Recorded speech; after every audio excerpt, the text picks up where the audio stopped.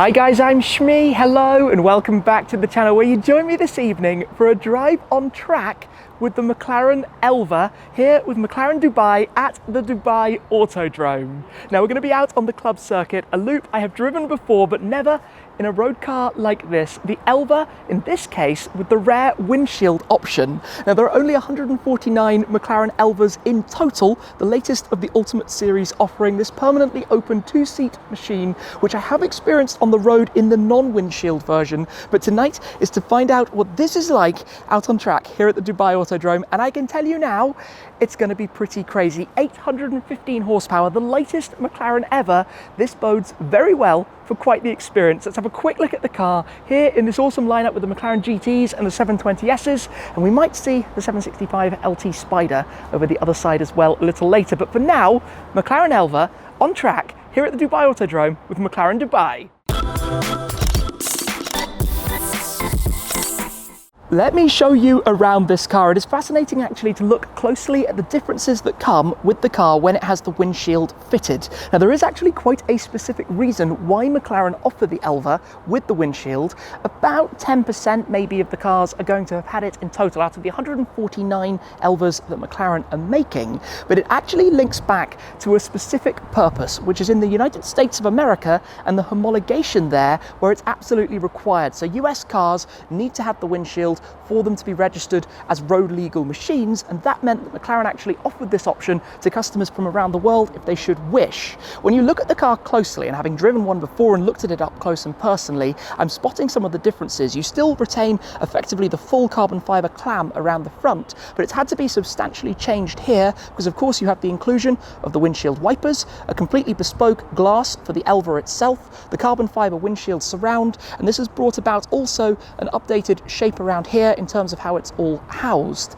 Now this means you lose the active air management system that the Elva very cleverly has normally, where you have this aero piece that lifts up about 15 centimeters out of the clam to reduce the air inside the cabin, but in place of that you get a car that I would say is quite a lot more pleasant to actually drive, and that's what today is about experiencing as we go foot to the floor with this out on track here at the Dubai Autodrome, which is going to be fascinating under the night lights. Now to talk a little bit more about it, we still have this fantastic 4-litre twin turbocharged V8 making 815 horsepower, 800 newton meters, all of which goes to the rear wheels through the 7-speed dual clutch gearbox. It is the lightest McLaren, coming in a fair whack lighter than the Senna, a good 40-50 kilos or so. Of course, with the removal of the roof and lots of the active aero, you do still have the active rear wing, and back here we've got the titanium exhaust, which you can see has been driven properly with that colouring that it's making as well. It's also a 3D printed part you have around the twin exits there and the further two exhaust tailpipes sitting in the back.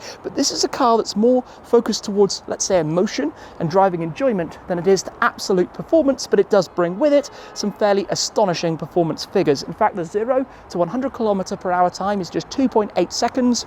The 0 to 200 km/h time, it's 124 miles per hour, is only 6.7 seconds. That is very, very quick. The brakes are even lighter than the Senna's brakes, matching the stopping power, in fact probably exceeding considering that the car is a touch lighter.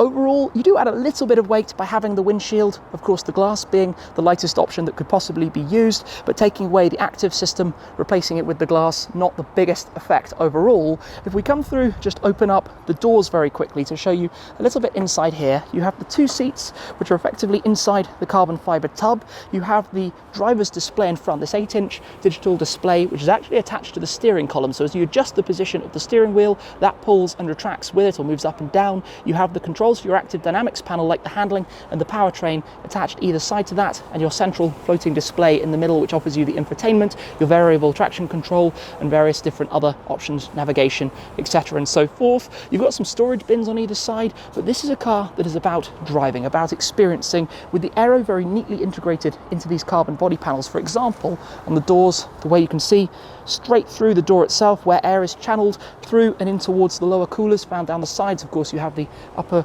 entrance there for airflow, but it's very smooth bodywork. In fact, there's that one clam up front, you have the second clam that comes around the entire body side of the car, and equally on this side. So three major components effectively making up the bodywork of the McLaren Elva in total.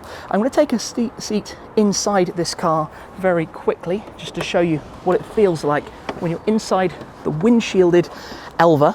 Pull the doors down from these gold anodized door vents. You have soft close on the doors. Display illuminates. We've actually got the windshield on the display. I like that they made that extra touch.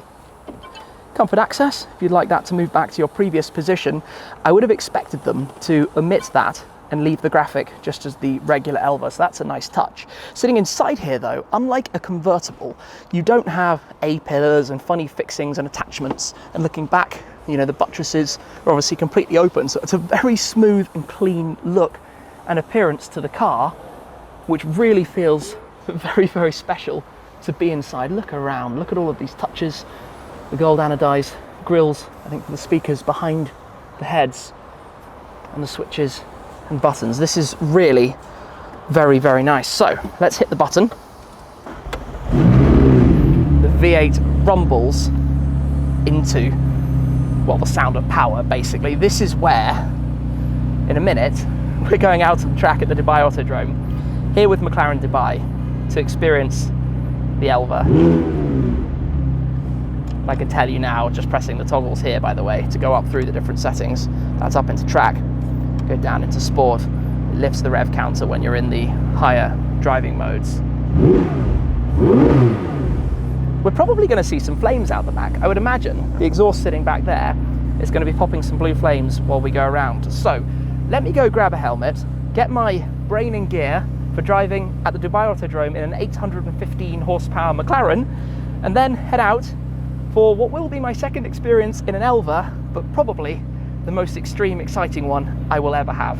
Here we go, McLaren Elva with McLaren Dubai at the Dubai Autodrome. Here we are then, helmeted up, ready to go. We are currently in Sport and Sport. We will take it easy, but we have the go-ahead. So let's head on out then, here for the club circuit at the Dubai Autodrome, a route and loop that I have driven a few times before, but obviously the first time in an Elva, and I think probably one of the more extreme driving experiences inbound as we head on out. And it's going to be fascinating driving under, well, the cover of darkness to get a little experience for what this is like and ease a little into it. I have to apologise for the inevitable wind noise. We are in a permanently open car here as we come to the tight first corner.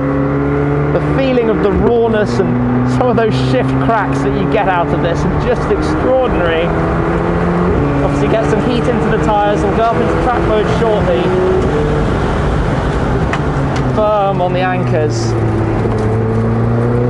That's one of the most impressive things. Such a light car with some serious braking capability.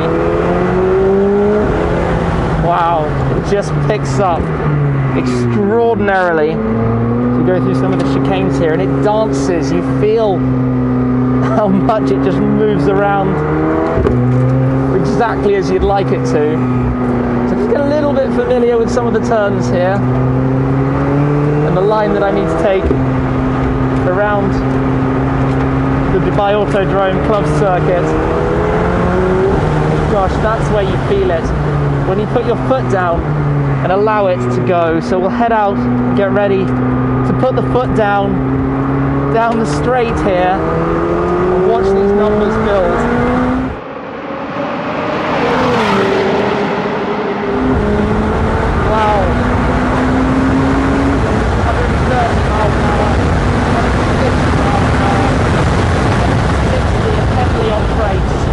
Of course it's not the same as a Senna, but it's still much more controlled under very heavy braking than you might be expecting a car like this to be able to manage. Speed back in that power. There's so much of it under your right foot. You have to be very conscious for what's there. 815 horsepower, and it's just there, and away you go. It's so lively, it's so controllable, and you know, this is what McLaren do so brilliantly well. The steering, the hydraulic setup, short shifting but with some lovely cracks. Turn it in through some of these technical corners. Get ready to head round. In fact, and this is where the benefit comes in from the fingertip controls, we can pop it up into track, and then when we're heading in a straight line, it will adjust the suspension up into track mode, keep it in third because there's so much torque, 800 Newton meters, unwind the steering wheel, poke in the power.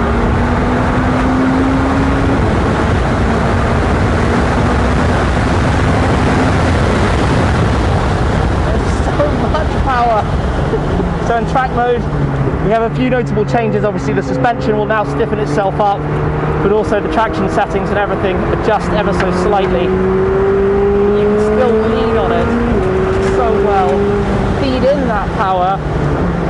I just hope she can hear me and how awesome this is as an experience. This is so silly fast.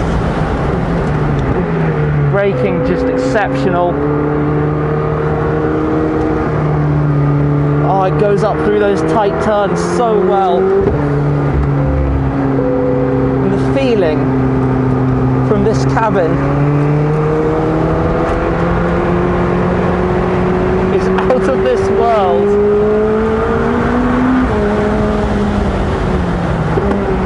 Come round to the last corner. Enjoy one more lap of awesomeness.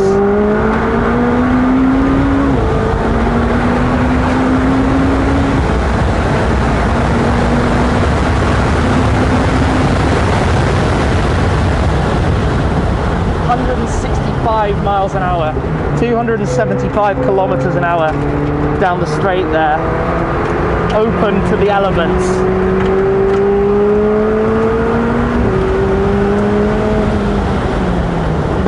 The brakes and the tyres are all getting temperature in them now, and rewarding as a result.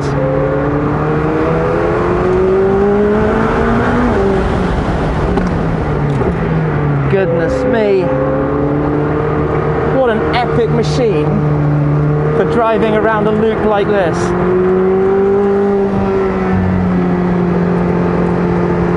So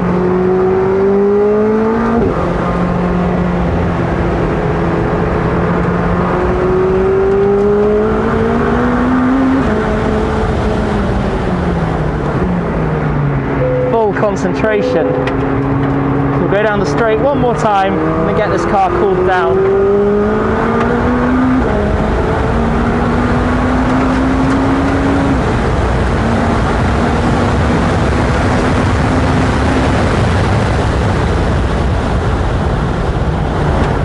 Wow, that is a really impressive drive. Totally phenomenal in this type of environment. To drive this, well, as intended really, to be able to push on, lean on it, and feel how it can just shift direction. It's not the same as obviously the Senna, which will stick beyond where your imagination could possibly believe a car is able to do. But it does it with an agility that makes it something so special. As I've said, it's such a unique car, mid-engined, opened experience. And I personally love it with the windshield because it just adds so much more usability to the proposition, to what the car is. And that has been an awesome couple of laps here at the Dubai Autodrome. You will not see me complaining. What an amazing stint out on track. As we return then back to the lineup of other cars, and even just driving this slowly, you know, it's fully open. What an amazing thing. Absolutely fantastic. You pull in behind the GT here. What an awesome experience. So cool. Back in the pit lane, and a little bit of time then to reflect on the drive in the McLaren Elva with the windshield. I want to show you a few more things about the car though as we explore around, and something I've been wondering about before. These are actually the intakes on the back. You have the filters under the buttress, but effectively they've had to recalibrate a number of different components to install the windshield. Obviously the different aero profile that you have versus the AAMS, whether it's down or up, means that to balance that effectively at the rear, you have a new position for the rear wing when it's in its aero mode, which is different to the two positions you'd have on the regular hypercar. Of course, it's brought along, as I mentioned earlier, the bespoke windscreen frame, glass and windshield wipers, and it's meant also a slight change to this panel up front, where you do now have, as well as the hydraulic fluid and the brake fluid, the windshield washer fluid as well. And also they've incorporated some sun visors into here as well, should you wish, but I think given the fact that it's a pretty open experience when you're driving in one of these, that's not necessarily going to be the absolute top priority. This is one of the halo specifications, with the satin blue matched with the white Lure accents and the gold that you can see around the mirror arms. But I think it's such an elegant design, let's say, for this kind of thing. It's unique in the market as a mid-engined open two-seat hypercar, permanent open, let's say, as opposed to convertible. There are some where you can remove the target roof panels, the likes of the 918 Spider, the Koenigsegg's, for example. But this is a very smooth presentation, that lovely wraparound front clam. You've got a lot of cooling and airflow managed through the front here. As I noticed before, it's effectively open for guiding air in different directions depending what's required. But like other McLaren models, it's very well equipped in terms of technology, in terms of what it offers. We've got the satin black wheel design with the black calipers on this particular example, the full carbon ceramic, very clever brakes. We've got a set of P0 Corsa tyres fitted as well. Of course, you could go up another notch, let's say, to Trofeo R's, should you wish, for even more grip if you get the temperature into them. But this is, I think, a car that's generally going to be more about road use, but that windshield addition to me transforms it, and that's why I've been fascinated to get behind the wheel of this today to see what the difference is, because you don't feel that experience of your neck being pulled a little bit more from side to side when speed started building up, which is what I noticed when I drove the Windshield-less Elva on the road for the first time. At 100 kilometers an hour, about 62 miles an hour, is where you start to feel your head just being pulled around by the forces of the wind. In here, you don't have that, but you still have the open feeling, the open, or more than the open feeling, because it's significantly more than if you're in a Spider. The shoulder line runs a little lower, the car is more open behind your ears, so you have more of a peripheral vision as to what's around you, and then you have this very clean presentation of the A-pillars and windshield frame up in front. So that today has been truly, truly exceptional, and it's obviously just a small part of the whole event taking place with the McLaren GTs and the 720s all here today as well. So what a drive, what an experience, but there's something else I'd like to come through and show you as well. So we will now head to the other side. Sounds good, doesn't it? The twin turbo V8. So the car is heading off. But what a drive that has been here with the McLaren Elva. Epic. Night has of course fallen, but here we have the 765 LT Spider and a lineup of different McLarens, very colourful outside, and this is sandwiched between a nice blue Artura and the 720S over on this side. But the 765 LT Spider, the limited edition version of the convertible, now available. Obviously that they took from the 720S and the 720S Spider, dialed things up a notch, that long tail ethos. And obviously as an owner of a 675 LT Spider, this is a car of particular interest, sitting in the market at a very different price point and rarity to the Elva in the Super Series as opposed to the Ultimate Series, but one I would very much love to drive and experience myself, hopefully at some point in the not too distant future, to see what it's all about.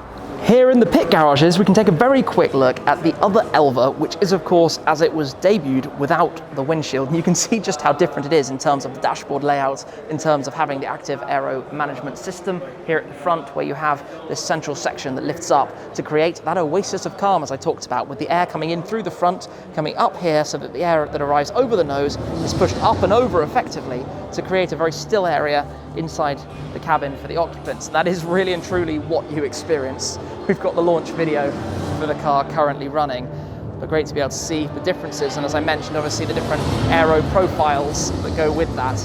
Well, there we have it for tonight then. A first experience on track in the McLaren Elva, the Ultimate Series car that comes after the P1, the Senna, the Speedtail, and now the Elva. You can hear the other cars blasting by. That was an amazing downshift crack, I think, from a 720S or a McLaren GT. But the Elva is this very unique proposition, in terms of what it brings to the market, in terms of what it offers, and 149 cars is really, I think, the height of exclusivity these days. A very special thing, a fantastic drive. A huge thanks to the team at McLaren Dubai and all involved for allowing me the opportunity to get behind the wheel and see what it's all about here at the Dubai Autodrome. Thank you very much as always, guys, for watching. I appreciate your support an awful lot. But that is it for this time, and I'll see you again very soon. Cheers.